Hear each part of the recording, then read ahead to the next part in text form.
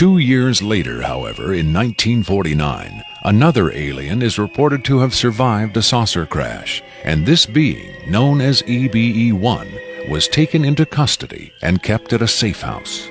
EBE-1 supposedly suffered from chronic health problems, which the doctors of the time were helpless to treat.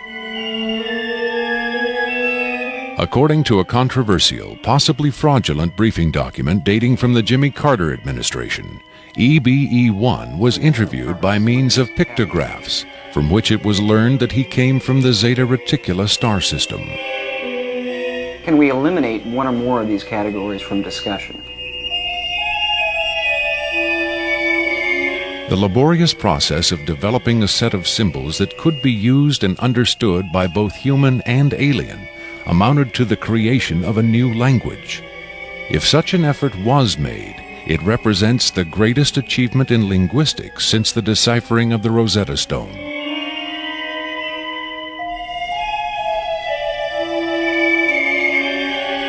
That such an achievement would be kept secret illustrates the hysterical paranoia of the time as the Cold War intensified under the threat of nuclear annihilation.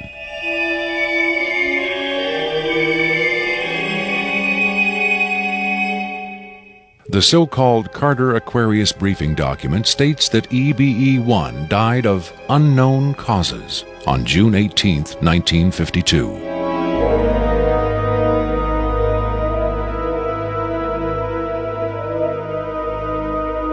Skeptics who doubt the authenticity of the Carter-Aquarius document find it unbelievable that highly advanced alien beings would allow one of their own to die under the primitive medical care of a species that had barely begun to conquer its own diseases.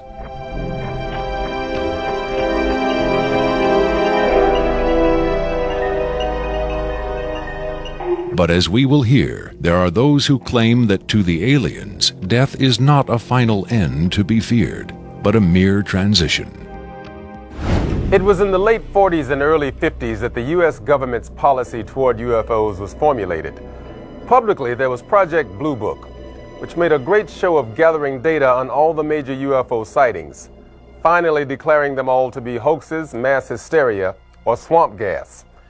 But secretly, there may have been another policy at work. Over the years, several documents have come to light which seemingly confirm that a clandestine group, Operation Majestic 12 Group, aka MJ-12, was formed by special classified presidential order on September 24, 1947, for the express purpose of gathering information on UFOs and extraterrestrials, while at the same time keeping such information not only from unfriendly powers, but from the American public as well. If indeed Area 51 has become the nation's repository for alien technology and possibly alien visitors, then the extra-constitutional justifications for such secrecy were developed in the MJ-12 Group's planning sessions. James B. Forrestal, Secretary of Defense under President Harry Truman, is widely accused of being the mastermind behind the creation of MJ-12. Once created, Majestic may have expanded its mandate beyond what Forrestal had intended. Whatever secrets Forrestal may have known concerning flying saucers and alien visitors, that knowledge died with him when in 1949 he mysteriously plunged to his death from a window at Bethesda Naval Hospital. Though he was being treated for depression, many UFO researchers doubt that his death was a suicide and point to the sinister workings of the possibly mythical MJ-12, which in their hypothesis may have been protecting its secrecy from a man who had come to believe the people had a right to know. As late as 1989, according to Bob Lazar, the identification badges at Area 51 read MADGE for Majestic. In December 1994, a document purporting to be the Majestic 12 Group Special Operations Manual was leaked to a noted UFO researcher. It contains the following directive under the heading Isolation and Custody. EBEs will be detained by whatever means are necessary and removed to a secure location as soon as possible. There follows this disturbing amplification. Although it is preferable to maintain the physical well-being of any entity, the loss of EBE life is considered acceptable if conditions or delays to preserve that life in any way compromise the security of the operations. From the beginning of the UFO age, it seems, secrecy was always the government's prime directive. In 1988, another anonymous government source, codenamed Falcon, claimed that a second extraterrestrial biological entity, EBE-2, voluntarily became a guest of our government, allowing himself to be examined and interviewed. In this scenario, Area 51 became, for a time at least, a sort of extraterrestrial embassy, the setting for mankind's first attempt at diplomacy with beings from another world. Different sources disagree as to how communication was established.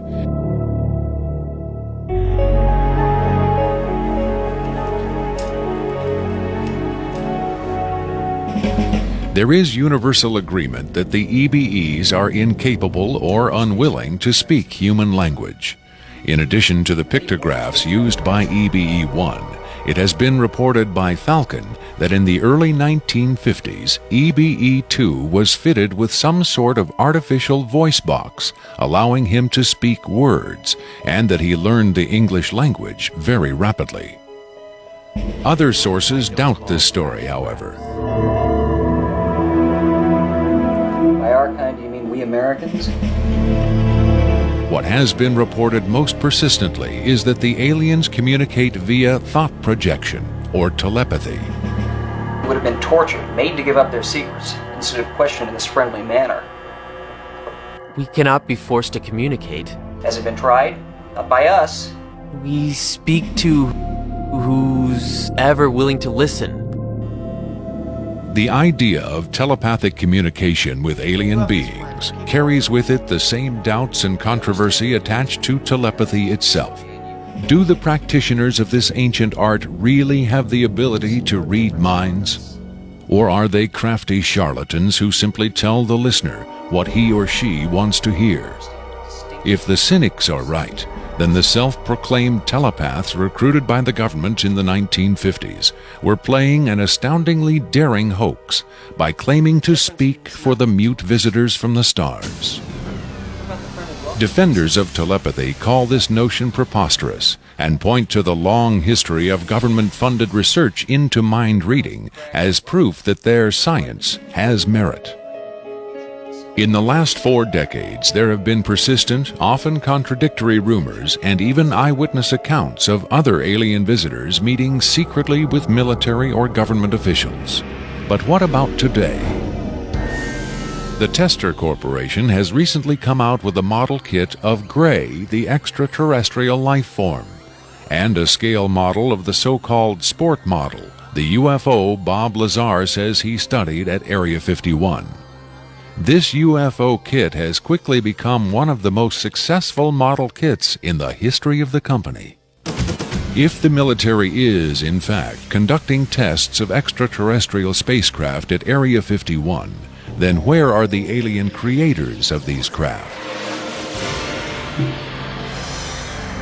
In his first TV appearance under the pseudonym Dennis, Bob Lazar was asked if there are living aliens at Area 51. Clearly nervous, he evaded the question by saying, quote, "I really want to steer away from that right now," unquote. In subsequent interviews, however, he admitted catching a glimpse of 2 scientists talking to a strange short figure with long arms.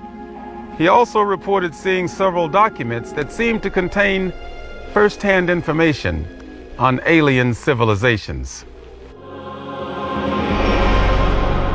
Lazar is skeptical of a claim made by Falcon that a group of EBEs have been given complete control of a separate base within Dreamland. But he does admit having read a report of a tragic misunderstanding between military personnel and alien beings in the late 70s. Lazar states that it had to do with bullets the MPs were carrying, and that the bullets might explode, possibly due to a field the aliens had generated in that area. This encounter supposedly resulted in the deaths of all the humans involved by head wounds. But if there was ever a large-scale alien presence at Area 51, Lazar saw no evidence of it doing his work at S4 in the late 80s. Is it possible that the deadly misunderstanding of 10 years earlier brought human-alien cooperation to an end? In his September 21, 1987 speech to the UN General Assembly, President Reagan himself did little to dispel the notion that this deadly misunderstanding brought human-alien cooperation to an end. In our obsession with antagonisms of the moment, we often forget how much unites all the members of humanity. Perhaps we need some outside universal threat to make us recognize this common bound. I occasionally think how quickly our differences worldwide would vanish if we were facing an alien threat from outside this world.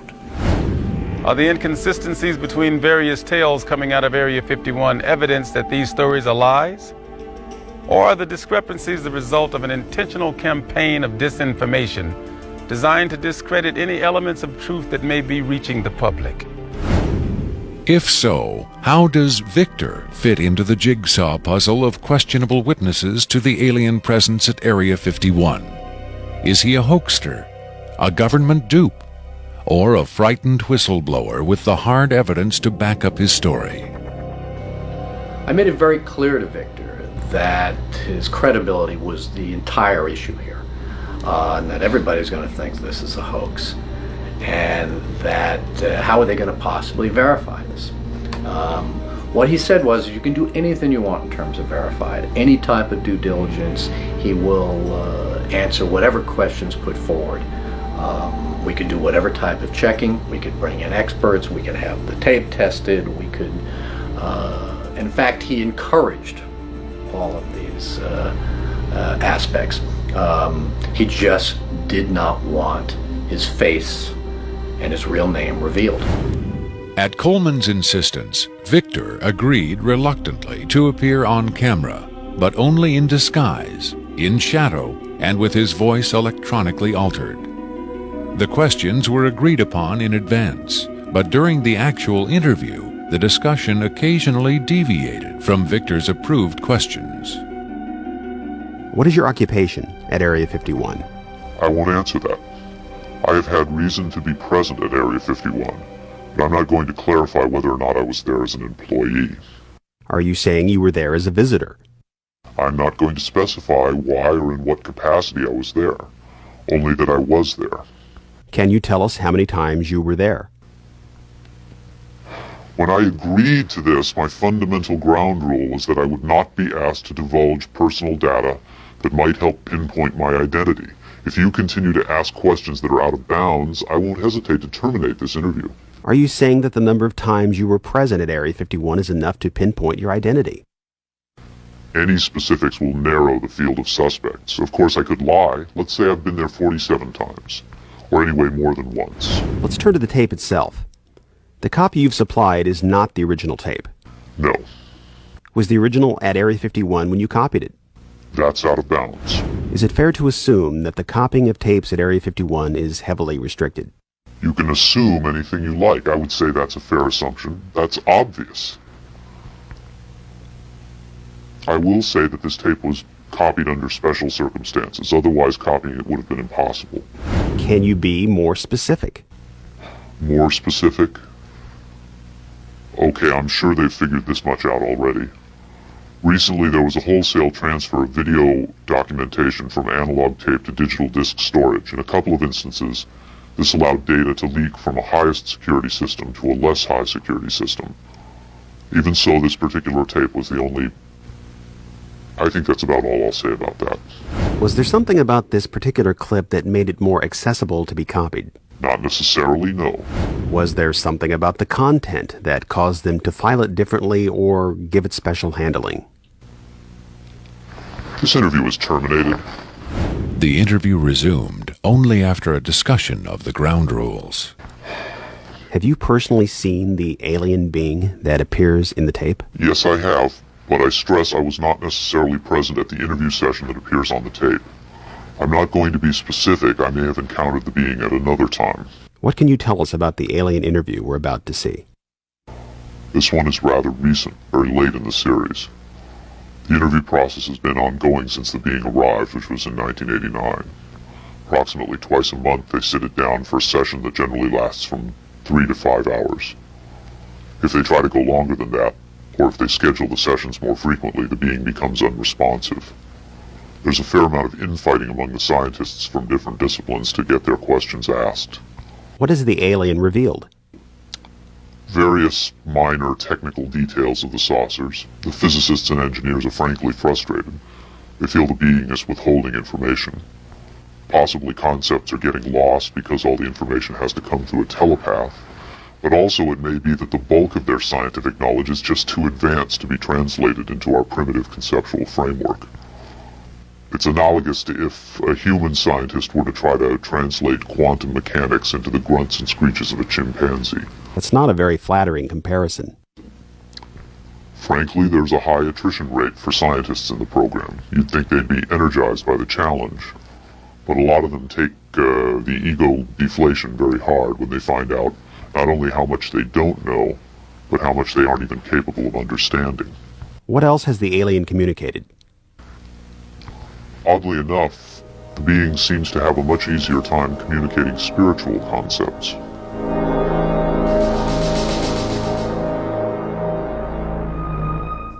The human body is a vehicle, a vessel.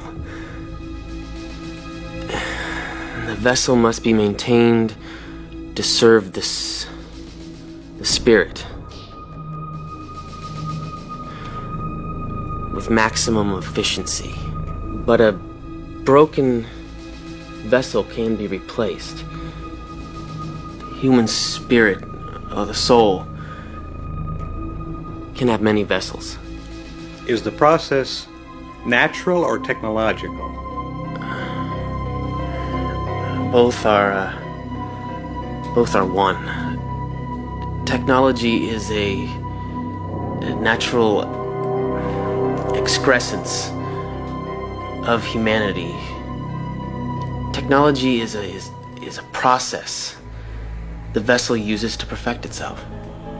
So this transference of the soul from vessel to vessel, did your kind create the mechanics of it, or is it a natural? Did it predate the intellectual creation? Before understanding must come acceptance. It is not technological. Well, I think what he's trying to say is that the question is meaningless. The soul can travel from vessel to vessel. Reincarnation, transfiguration, whatever. It's real. What I'm getting at is, does he know how it's done? Victor uses the term vessels to refer to the alien's conception of the body as a disposable vehicle for the soul. The UFO cult known as Heaven's Gate used the term containers in a similar context. The mass suicide of the Heaven's Gate cultists illustrates the dark side of accepting such ideas at face value.